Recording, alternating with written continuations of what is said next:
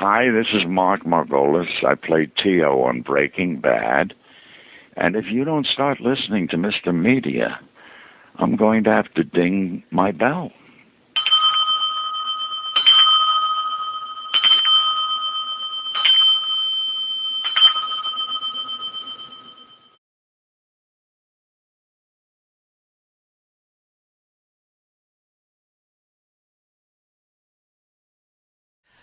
Today on Mr. Media, I'll talk to heavy metal guitarist Xander Demos. Stick around, he's going to make that guitar of his scream. And maybe me, too.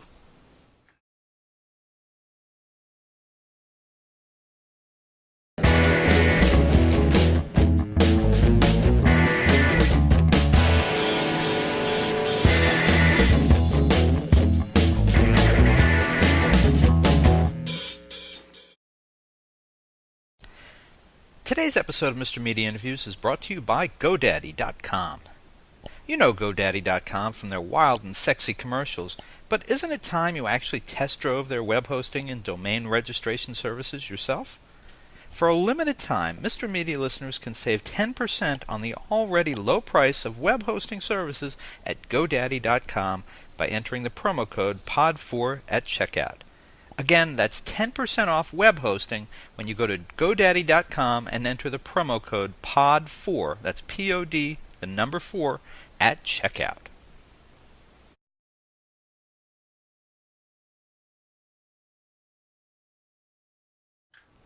Mr. Media is recorded live before a studio audience of Sabotage fans who will wait for hours in the rain after today's show just so that I'll sign their LPs for no reason other than my name is in the acknowledgments section in the new media capital of the world, St. Petersburg, Florida.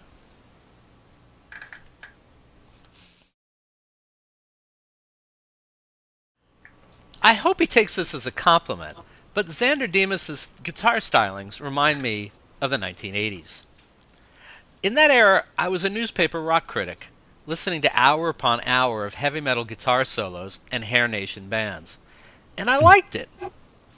So hearing his work took me back to what was, for me, a simpler time of queuing up a record album or cassette and sitting back with nothing better to do than listen to some wango tango grooves and blazing hot licks.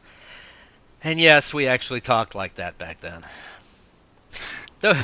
Those were fun days when I didn't need to multitask or always use my time constructively.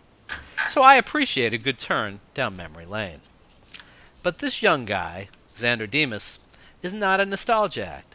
He's a working musician straight out of Pittsburgh, playing in not one, but 3 different bands. The Xander Demos Band, Into the Arena, and Sabbath Judas Sabbath. Okay, the last one is a Black Sabbath Judas Priest cover band, so maybe there is a little nostalgia at work here, but you get the idea. This guy works. I invited Xander to join us tonight to play a few tunes and talk about life as a working musician at the start of the 21st century. Xander Demos, welcome to Mr. Media. Thank you, Mr. Media. Appreciate it. Glad to have you here. Xander, you're in 3 bands. For God's sake, why?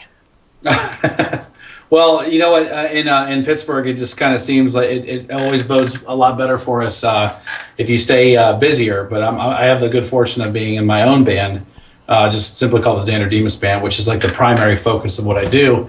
And that focuses on original music and, some covers, but stuff that most people wouldn't do.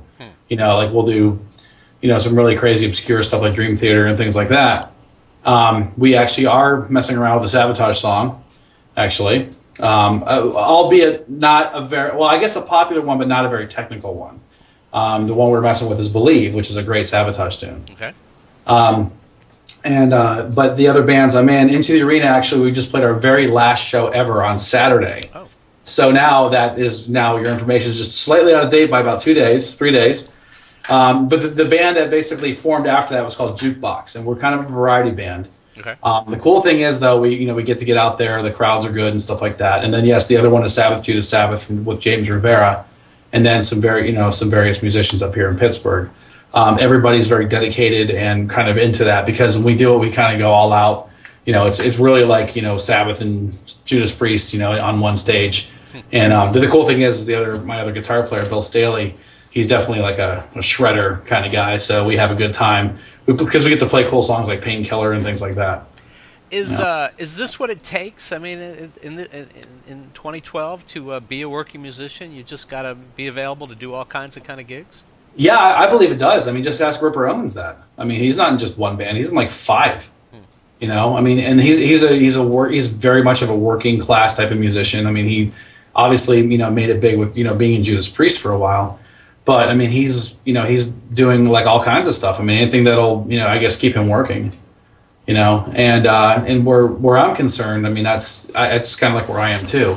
I like to be able to stay active, and I just don't want to sit there and stagnate. So the newer band is Jukebox. Is that what you said? Jukebox, yeah. Okay.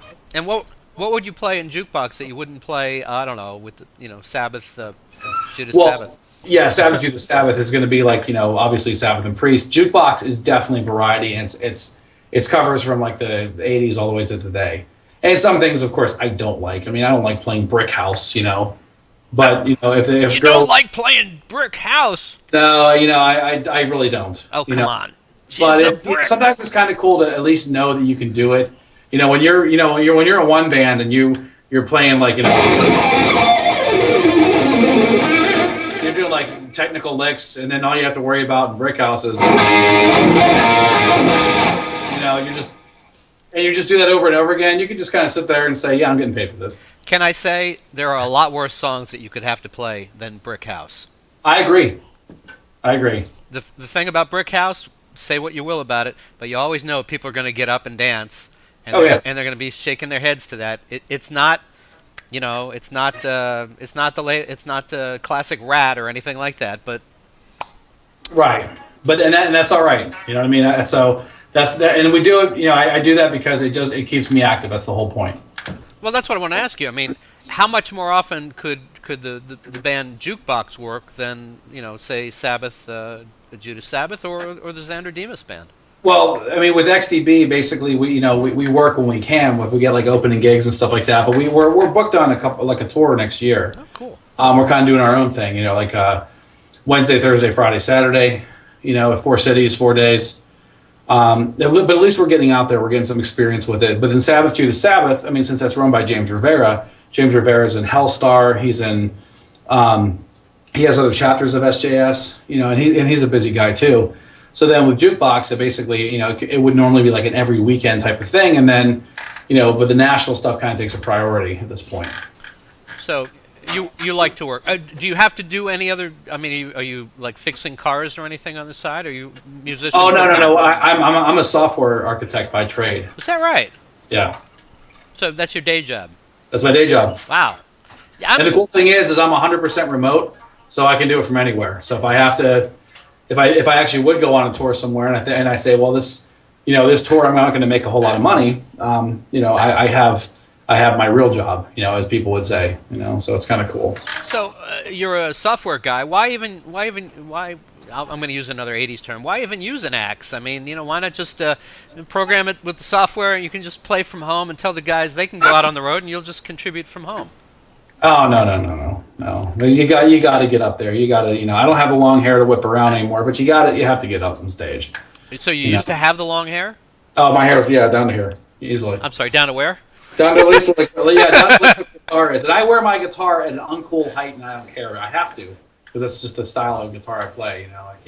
I can't play it all the way down here like Slash can. And still make music out of it. I have to wear it up a little bit higher. Okay, now I was going to ask you about guitars in a minute, but let's jump to it now. Explain this to me. And I've got my 16-year-old daughter is becoming a pretty decent guitar player, so I'm always looking for information. But tell me why you have to play it up here as opposed to down here. Is that just you physically, or is that the way you make the music? Well, it's what happens is when you start learning a certain type of guitar playing, you tend to sit down a lot. You're not going to sit there and stand all the time. Because you're not playing, like a. I mean, and it's no disrespect to that riff. It's a great riff. Slash, of course. Yeah. But the thing is, if you're going to play like shred stuff or like more technical stuff, your hand has to kind of be at a certain angle, like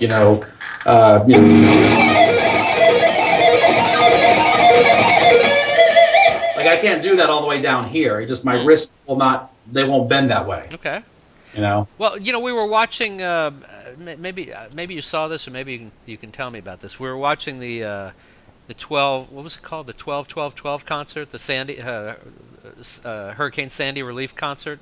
Yes. About a week. That was about a week or so ago as we record this, and the Who and Springsteen and everybody was out there, and watching. I've grown in my appreciation of Pete Townsend over the years, for having written the music that's been so enduring, but also the way he played. But we were watching him, and I said to my daughter, "Look at him. He's got." I'm going to bring my thumb in. So let's see. He's got his thumb playing over the top, while his fingers. And now, does he just have gigantic hands? Yeah, some guitar players do. Like Alan Holdsworth and Steve Vai have gargantuan hands. Paul Gilbert from Racer X and Mr. Big. I mean, huge hands. Really? My hands aren't so big, They spread out far, so I can do a lot of the goofy stuff I do, but I also have to compensate for that, like physically. So in this case, obviously, it's a 7-string guitar too, so playing over the neck, I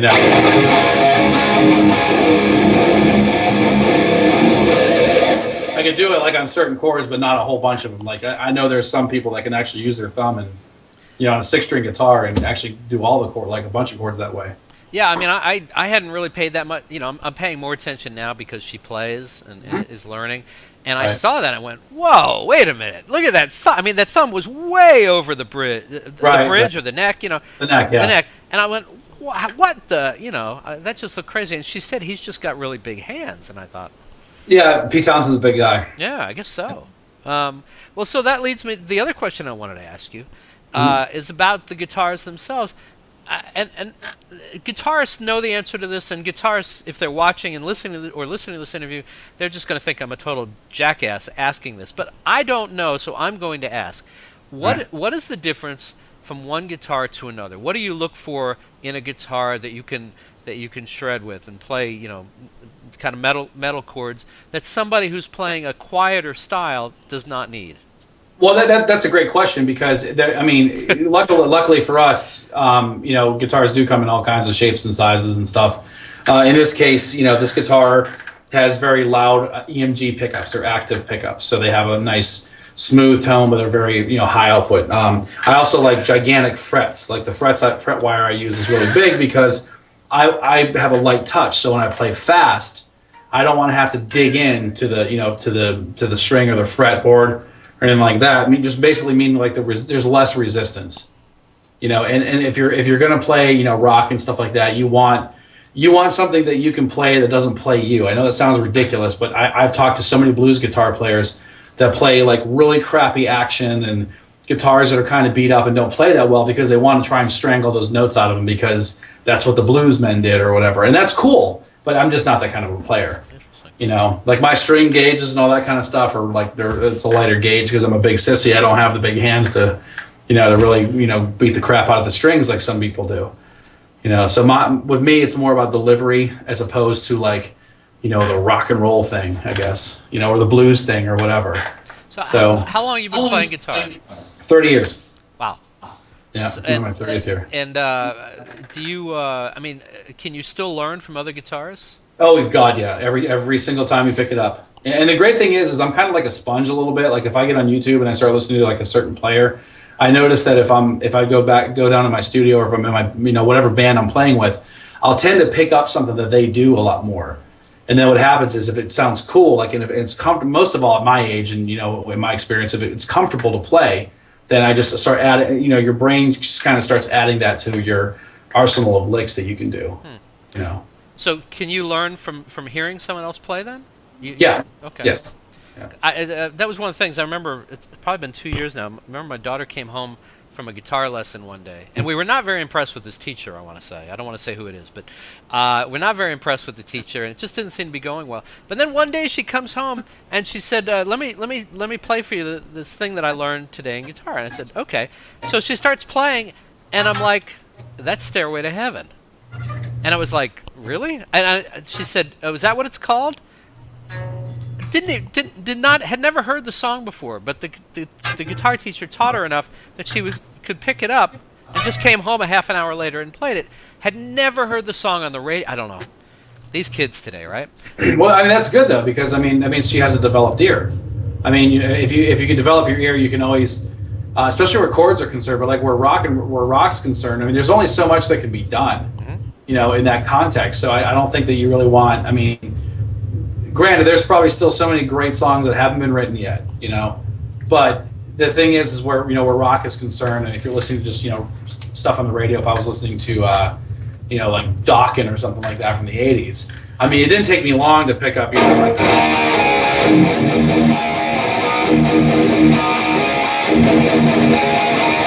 I mean? Yep. Like just playing that riff, like when I heard it, I'm like, oh, I think that's these notes, and I picked it up and I just got the phrasing right. I'm like, yeah, I nailed that in 5 seconds.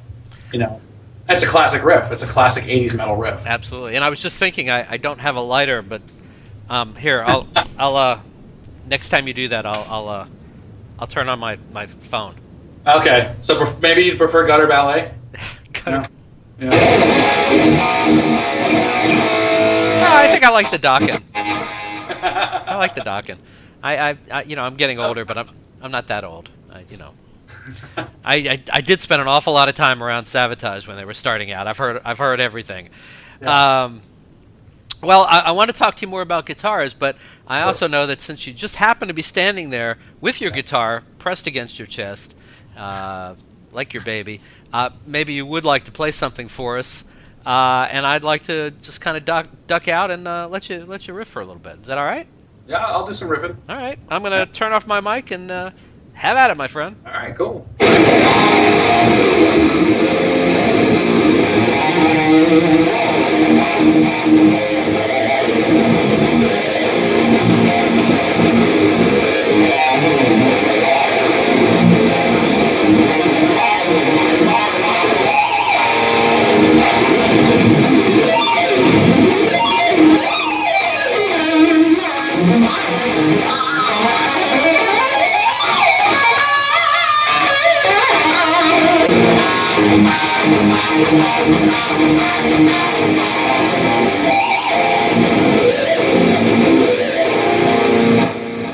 Full 7-string wanking.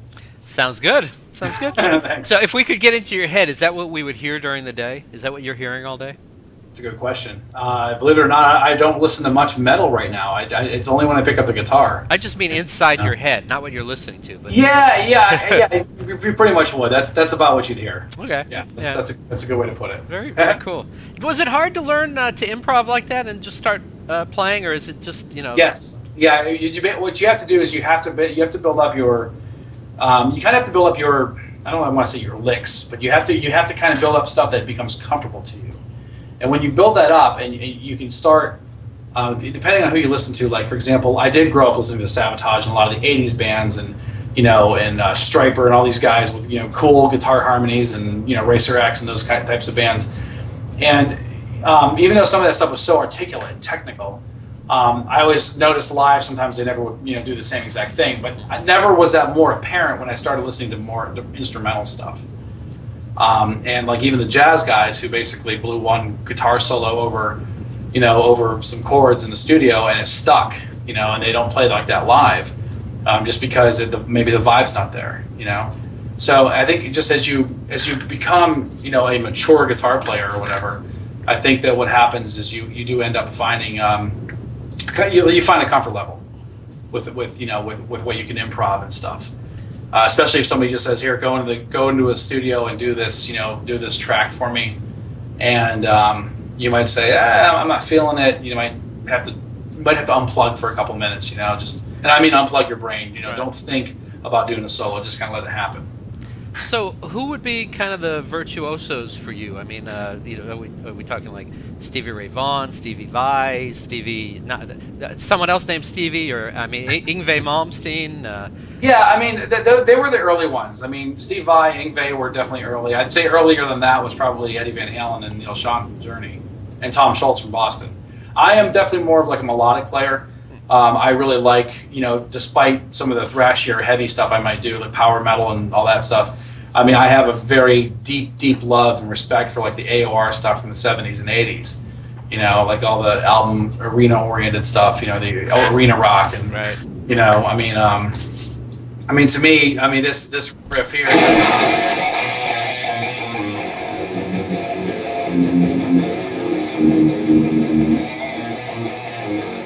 Journey right there is that goes a much farther way with me than like all the Testament thrash and all that kind of stuff does, you know. But I mean, because it's just closer to the heart, you know, where I started. But as time went on, the virtuosos for me were like Jason Becker, Paul Gilbert, Vinnie Moore, Tony McAlpine, like the late 80s, early 90s. And then, you know, the 90s guitar solos weren't cool anymore, you know. So the thing I did was I just kept doing that. I didn't, you know, I wasn't trying to make it. I was just enjoying what I was doing. I was just enjoying playing. And then sometime in the early 2000s, it kind of came back again. You know, like that type of guitar playing came back. And then certain bands like Dragon Force, I mean, with, you know, crazy guitar solos, they were all of a sudden popular because of Guitar Hero and stuff. And now everybody was interested. And if you could play like that, people were like, you know, I guess he didn't listen to Nirvana in 1990. You know what I mean? But anyway, that's, you know, that's kind of where I've come from. Nowadays, the virtuosos, you know, are like Guthrie Govan, who I think is the best guitar player on the planet. You know, just phenomenal player. And you know, if I could play like him, I don't even know what I would do. I mean, it's you wouldn't be wasting your time talking to me, I suspect. That's no, I would still do that. I don't consider this wasting time. I consider this time well spent. all right. Well, I'm glad to hear that. So tell us a little bit about the Xander Demos Band. You've got an EP out, right? Guitar. No, I have a full length album. It is a full length album. Okay. Yeah. Guitarcadia. Guitarcadia. Okay. Yep. What is different about your original music than everyone else is playing? What stands out for someone who hasn't heard it yet? Okay, that's a good question. That album in particular was just a whole bunch of like schizophrenic ideas that I just kind of put down. Some songs are really old on there. Some songs were written for the album. But the thing that's the most important about it, I think, is there's a decent sense of melody in there. I write hooks. I like to write hooky stuff. Again, it goes back to the Boston and Journey stuff, you know, and those types of bands. That'll always stick with me no matter what kind of stuff I do with that band. But they might be a little bit more power metal oriented, you know what I mean? They might be a little bit more speed metal or hard rock or whatever. But like songs like Right Angles and White Knuckle Driving and Nothing Major, I mean, those songs, you could pull the wankery out of them and put words to them if you wanted to. Pull the wankery out of them. Yes, I know. I've said that a couple times. There's a good line. Yeah, but I mean, like. Oops. Wait, I don't play it on the 7 string, so I just really screw that up.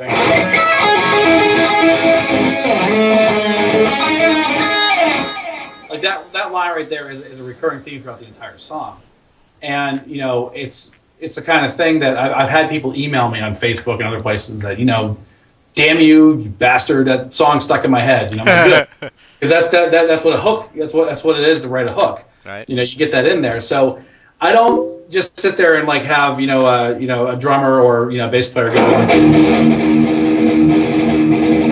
that, and then just me going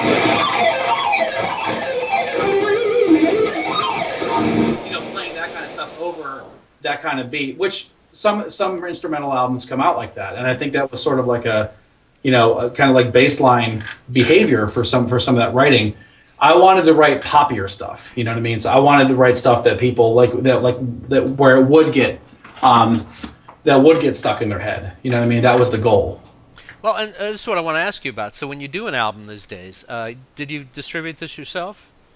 Yeah, the first 6 months, and then I got signed in August of 2012. So what is the goal of doing an album these days? Is it to make money? Is it to press the case for live performance? Because it seems like that's where the money is these days. Yeah, I think it's a little bit of both, to be honest with you. I mean, I think it'd be great to make money because, like, for example, $1 from my album sales, every dollar goes to the ASPCA, for example, animal charity. And but that it's cool in that right, because like I said, I make a living as a software guy, and that's my normal thing. But it's also vocation versus occupation. The software thing pays the bills. Somebody says, so what do you do? I say, oh, I'm a software architect. No, what do you do? I'm a guitar player. Okay, that makes sense. Yeah. Like what defines you? The software thing, I happen to be good at it. That's what I do. But then the guitar thing is what I want to do. And but the goal of doing an album, I mean, let's be realistic. you don't have just the radio or just the radio and MTV pushing your product anymore. You can do whatever you have. You have so many tools at your fingertips. Right. You know, so I think the goal kind of speaks for itself. You know, get the product out there. Well, all right. Well, why don't we let's take advantage of you still being strapped to that guitar. All right. Get you to play something else, whatever would entertain you. We'd all be delighted to just sit back and watch a few minutes, and I'll turn my microphone off and let you go. All right, cool.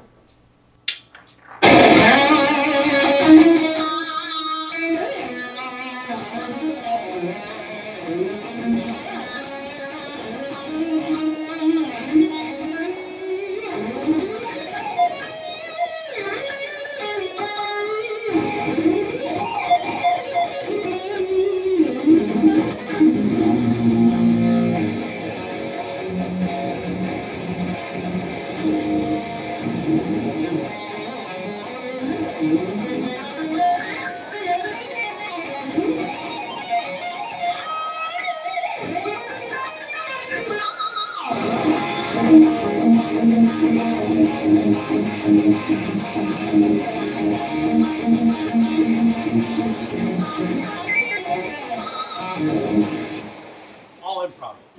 It was beautiful. I mean, really. Sense. I enjoyed every minute of it. As a matter of fact, I was thinking that folks that are there's two ways to capture Mr. Media. You can watch the video, or you can listen to the audio.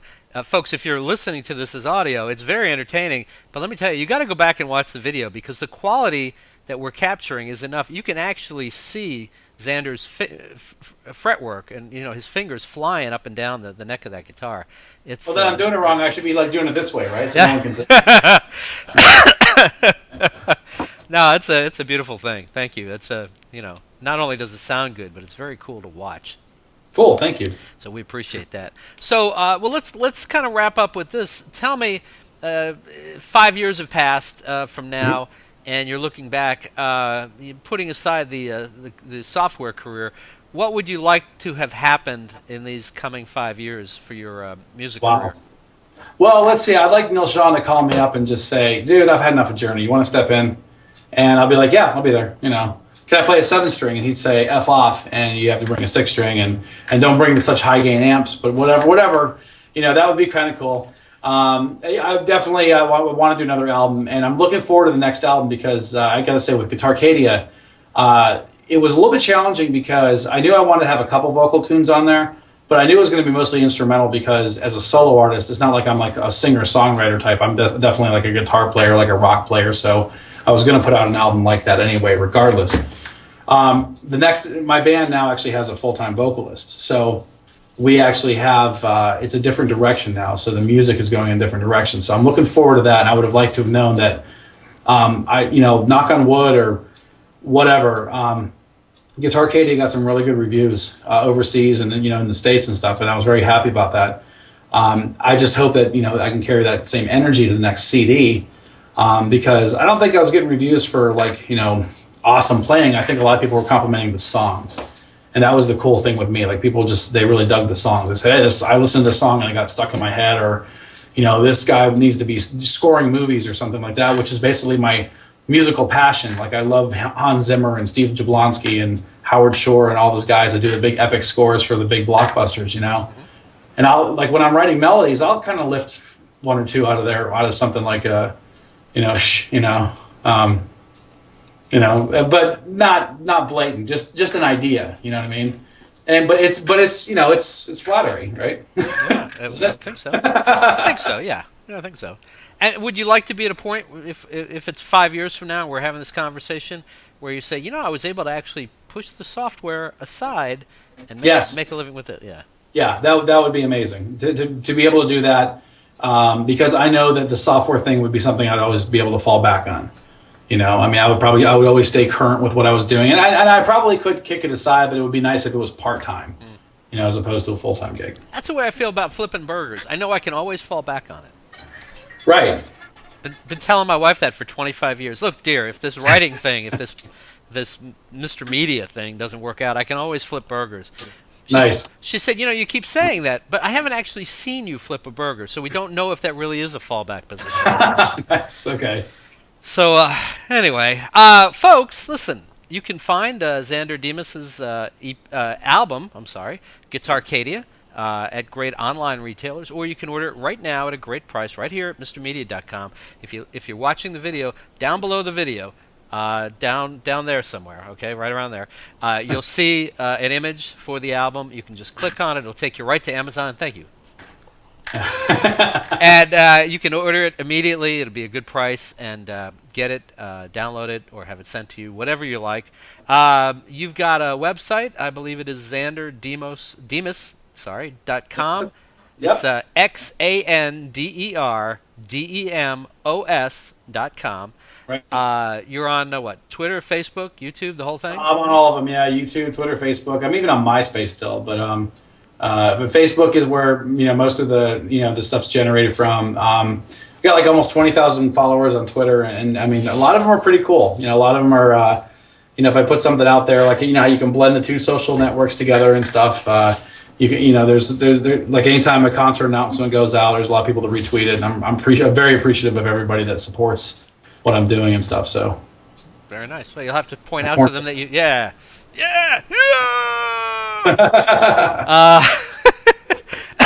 Sorry. There's that cold rearing its head. Xander, a lot of fun to have you here. I so appreciate you playing the guitar for us and no, my pleasure. Taking us out. If you want to play something and take us out, I'll say goodbye now, and we'll let you go. Thank you very much for being here. Thank you, Mr. Media. All right.